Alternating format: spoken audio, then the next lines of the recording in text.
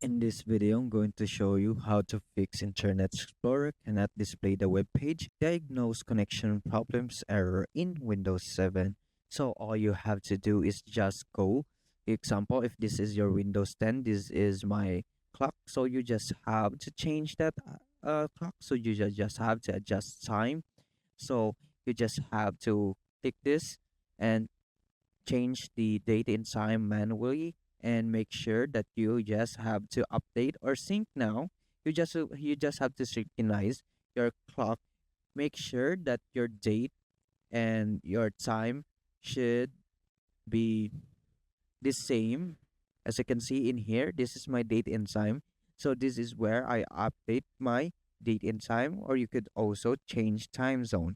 So make sure that your time zone is equivalent to what time you are right now, and it will be the same so that the display would turn on into your Windows 7. Now, the next step is I just have to show you a picture because I am using Windows 10. So you just have to delete your browser history. So as you can see in here, you just have to start Internet Explorer from the desktop.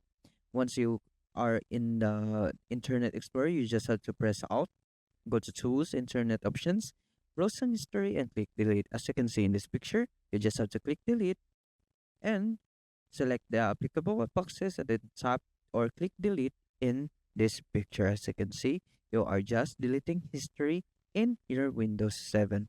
And also, as you can see in this is the internet options in your Windows 7.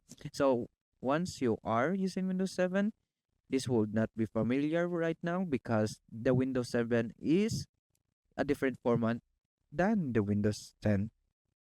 And also, you just have to update your older drivers, and that would also be different in your Windows 7. But in ours, you just have to go to Device Manager and you just go to Display Drivers and Update Driver.